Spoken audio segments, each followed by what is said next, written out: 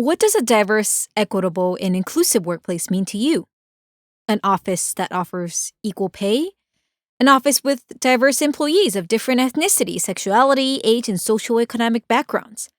An office that considers how you feel? What about all of the above? Whatever your definition is, here is the mystery.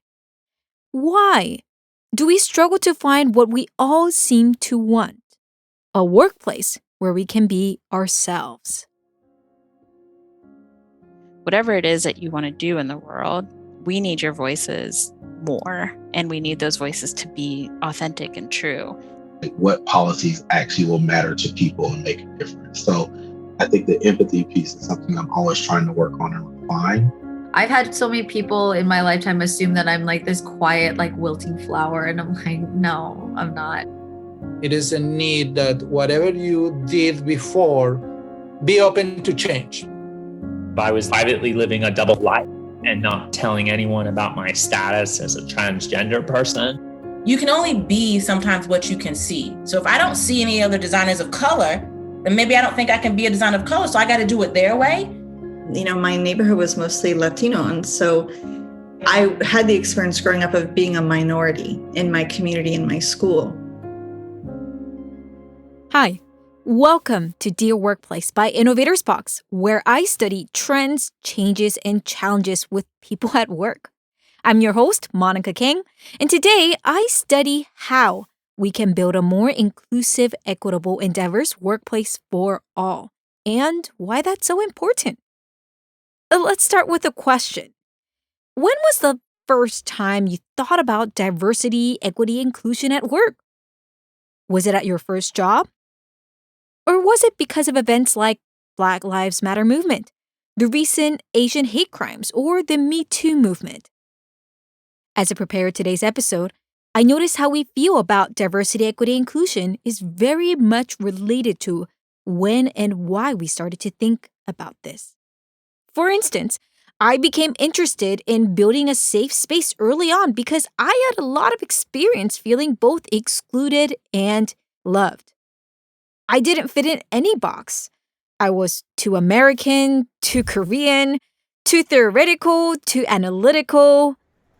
As a Korean American born in Washington, D.C., who grew up in South Korea and the United States, I didn't fit the traditional Asian American profile. As someone who loved working in government, innovation, and international affairs, I got used to being one of the few who was either loved or excluded for being different at work. Which is why I became hungry to build safe spaces and became curious about what it means to have an inclusive workplace for all. And I'm not alone. Meet Abadese Onsesnade. We have 51% women in the UK, and then we have 10-15% underrepresented backgrounds, like on an ethnicity demographic, whether that's like their race, etc. Abadese is the VP of Global Community and Belonging at Brandwatch and the founder and CEO of Hustle Crew. She is also one of the top 50 women in tech by Computer Weekly. Having worked at multiple places like Product Hunt, Hotel Tonight, Amazon, and Groupon, she has been thinking a lot about equity and inclusion gaps in technology. She is a leading voice for diversity in tech and how we rethink belonging. I was so happy that she shared one of my favorite phrases when I asked her, what is one thing workplaces can do differently to foster more belonging at work? Psychological safety. A lot of the research from behavioral psychologists and like organizational theory experts says that there's this common thread amongst high-performing teams, and it's called psychological safety. And it's this idea of like, I am entering a space where I can be my whole self. I'm just being who I am every day. Why is this a big deal? Now, some people who are listening are like, what, there aren't people that's not happening? Like, that's not the default? And actually, no, that's very much not the case. They're filtering. They're hiding a part of themselves because they want to fit in. They're not enjoying psychological safety. So how do we achieve psychological safety? And how can we make people feel like they can operate in their role as their full selves without having to fit into this mold that we've created? And the way that we do that is just by like being aware of cultural differences and identity differences and being curious about people's differences. Yes, 100% Avidesi. The colleagues that you thought was quiet. How do you know if that's how they are at ease or if they are feeling like they have to be quiet because the workplace is discouraging them to show up differently? We don't know until we ask, listen, and become curious to understand the differences, instead of assuming what we think is right or wrong. Heather Hiscock agrees that we need to resist making assumptions. The founder and CEO of Pause for Change, an organization that helps social entrepreneurs and nonprofits pause to work differently, shared how she learned a humbling lesson on the importance of holding space when she was doing a workshop one day. I used to think that people showed up as excited as I was about the workshop. Like, yay, here we are, giving up a whole 2 days of work when my email's piling up and I have project deadlines and I have whatever's going on in my life at home, right? People are showing up with sick family members, new babies, all the fullness that I'm arriving with as well, but I have to put on my facilitator mask. And holding space is about allowing people to show up as who they are with whatever they have going on. Empathy, curiosity, compassion. These are really important values we desire, but to walk the talk takes a lot of intentionality and effort. Let's reframe this for a second. If I asked you, would you like to work at an office where you feel underappreciated, misunderstood, and judged for how you looked or how you are? I'm pretty sure you would say no. And research confirmed this human instinct. Gallup, Yellow, and Deloitte share how 64% of job applicants see diversity, equity, inclusion as a key factor in their decision to join a company, as they anticipate how they will feel at work. 83% of millennials are actively engaged when they believe their organization fosters an inclusive culture. Yet only 55% of employees say their company has policies that promote diversity and inclusion. Why? Many reasons come to mind, but one that Deloitte found in 2015 is how different generations see diversity to their differing experiences with it. Millennials tend to value how one can share different perspectives and come from different backgrounds as they consider teamwork to be an important in honoring diversity. Boomers and Gen Xers, Deloitte says, tend to see who has fair opportunities to weigh how diversely represented individuals are. This nuance in how people feel and think about diversity influences who and how they hire, how they work, and how they build a culture in an office, which is where at times companies and many miss the mark. So diversity, equity, and inclusion, that's a hot topic right now, right? The problem some companies are making is that they're trying to put a Band-Aid on the problem. Meet my friend, Van Lai Dumont, founder of Work Smart Advantage, where she helps high-growth organizations build a culture of creativity and inclusion. Diversity and inclusion is a popular topic that comes up in her work. Like me at Innovators Box, she helps companies look at inclusive workplaces differently with creativity. You'll hear from her more again in the innovation episode of my other podcast, Curious Monica. But today, I asked her more about what's something that she noticed companies misunderstand when it comes to diversity, equity, and inclusion, and why that continues to happen despite good intentions. As we start, she says this is what you may not want to do. So diversity, great. So we're going to just hire more people of color, people who look different than us. So that's diversity. But is that equity and inclusion? Absolutely not. You may have given someone a seat at the table, but are you hearing them? Are you giving them a space for their voice to be heard? Are you attributing their ideas to them? The other problem is I feel like companies, human beings, individuals, we look at diversity, equity, and inclusion as an event rather than a process. Tell me more. What do you mean by process? We also sometimes look at it as outside of us rather than something we have to fix inside of us first. And I think the first step is to get people to realize like we all have biases. And the first part is to be aware of what those are so that we can make changes. Being aware of your biases. Her note on equity versus equality made me think of the powerful image I love referring to when understanding the difference. It's this image of 3 people standing behind the fence to watch the game. It compares how equality and equity are different. Equality is when all 3 individuals, a young child, a teenager, and an adult, have the same box to stand on. Equity is when the boxes are redistributed so that everyone can watch the game. As you can imagine, in the first case, when everyone has the same box, the young child cannot see the game. When it's focused on ensuring everyone has equal access, the adult may not need a box to see the game, but now with the 2 boxes given to the child, now all 3 individuals can see the game. But to make every decision truly be equitable, it takes time. Think about products. Products designed with inclusion in mind are powerful. The amount of energy that I spend really trying to understand other people. So I really think empathy is so important. It's such a part of how I do my allyship work and diversity, equity, and inclusion work. But I also think it's something I'm always thinking about in my work because I want to make sure I show up and understand both the people and the problems that they're facing. And I think that has served me well in my roles. Corey Ponder is a tech policy and allyship expert in San Francisco. Having worked at the government, Google, Facebook, and now Instagram, empathy is a skill he thinks a lot about as he designs tech products and policies for all. He shared why diversity really matters when we think about what goes into a product's development. For better or worse, companies have a lot of information about people in aggregate. And so that means that you can really do a lot of great things, right? Because data allows you to really make better decisions. So that's exciting. But on the flip side, data is only as good as the inputs from where it came. What do you mean?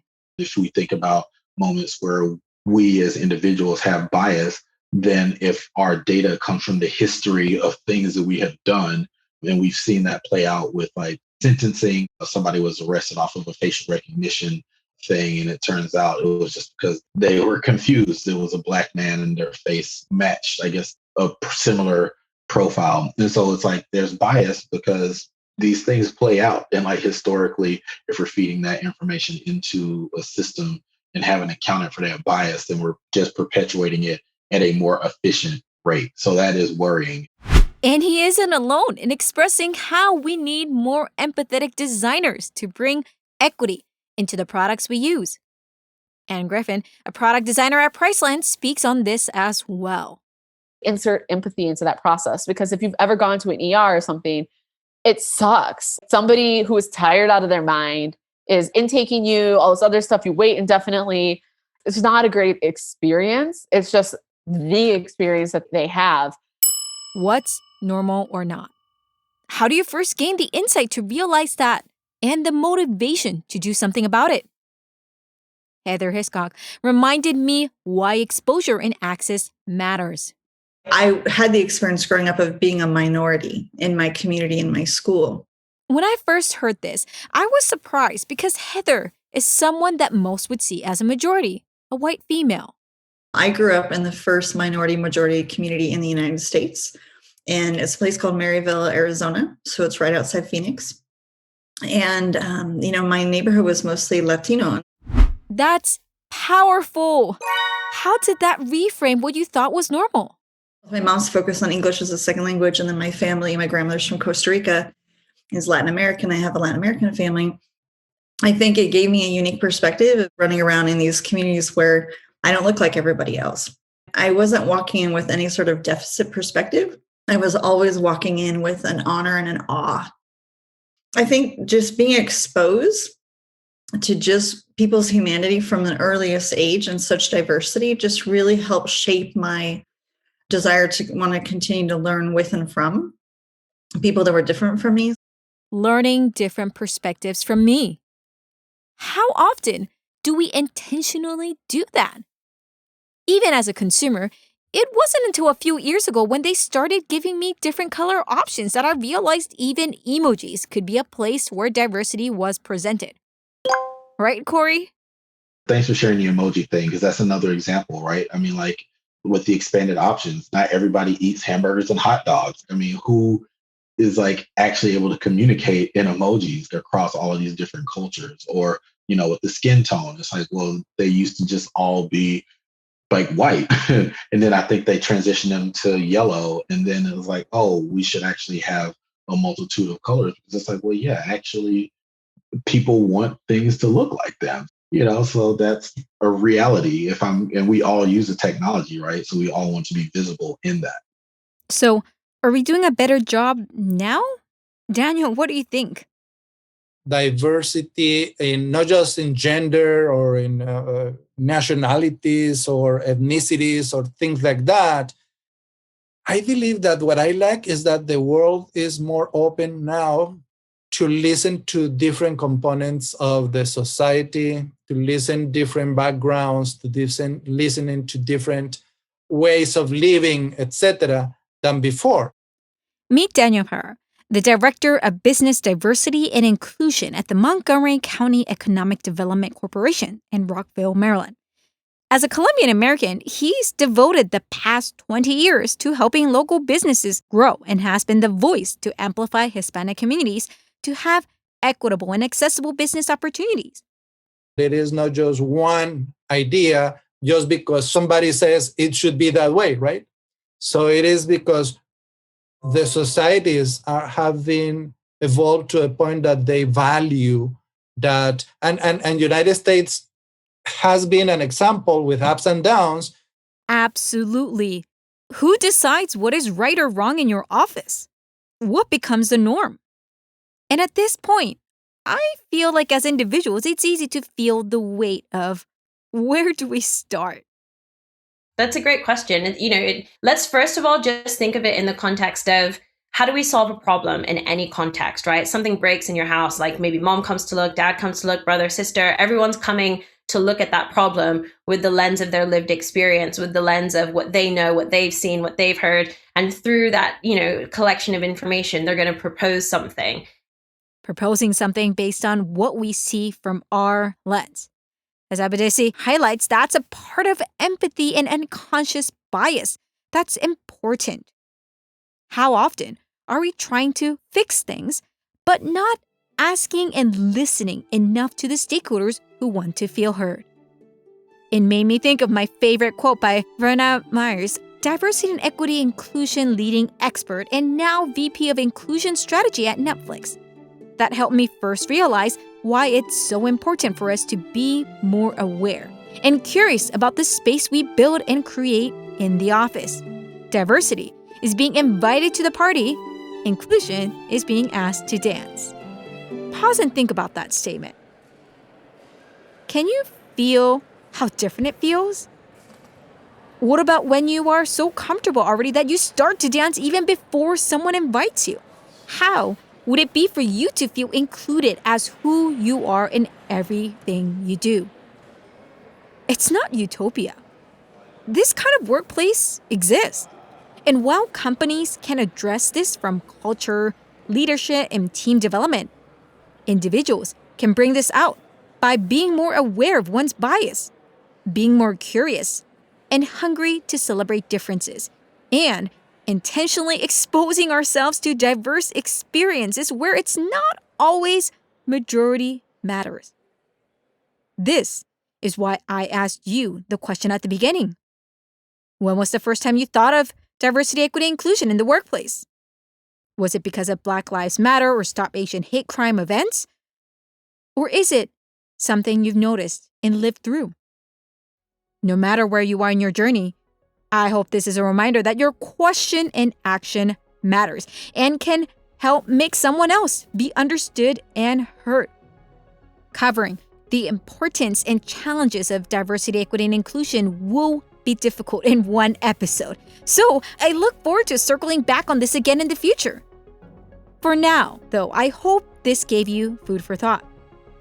How about this? Until we meet again next week, I want to send you off on a quest. In the next few days, first, I want you to ask yourself more questions about who you are meeting and ponder why people might feel a certain way before assuming. Second, I want you to take a moment to watch, read, listen, or attend an event by a person that you usually don't interact with or know of to expose yourself to different points of view. And share with me what you find. I look forward to hearing what you learn. This will be a timely reflection as we think about our next episode, where we'll reflect on how we think about the physical changes in the workplace. Is virtual work here to stay or not? Oh, hi. I'm Kelly, a creative intern at Innovators Box, and I hope you're enjoying Dear Workplace. Through this podcast, I've loved challenging myself beyond all the outdated advice I've been taught, while also reimagining my love for creativity and music business as a woman about to enter the workforce. This show is brought together by our awesome team: producer Saren O, audio engineers Sam Lemmert and Ravi Lod, myself, Kelly Gravo on marketing, website designer Akriti Pandey, graphic designer Monica Escobar, and Luke Helder on music. And of course, Dear Workplace is hosted and directed by Monica King, founder and CEO of Innovators Box. To continue the conversation beyond the workplace, visit us at innovatorsbox.com. Also, don't forget to subscribe, leave a review, and share. We would love to hear what you enjoy and what I can convince Monica to talk about in her future episodes. See you next week.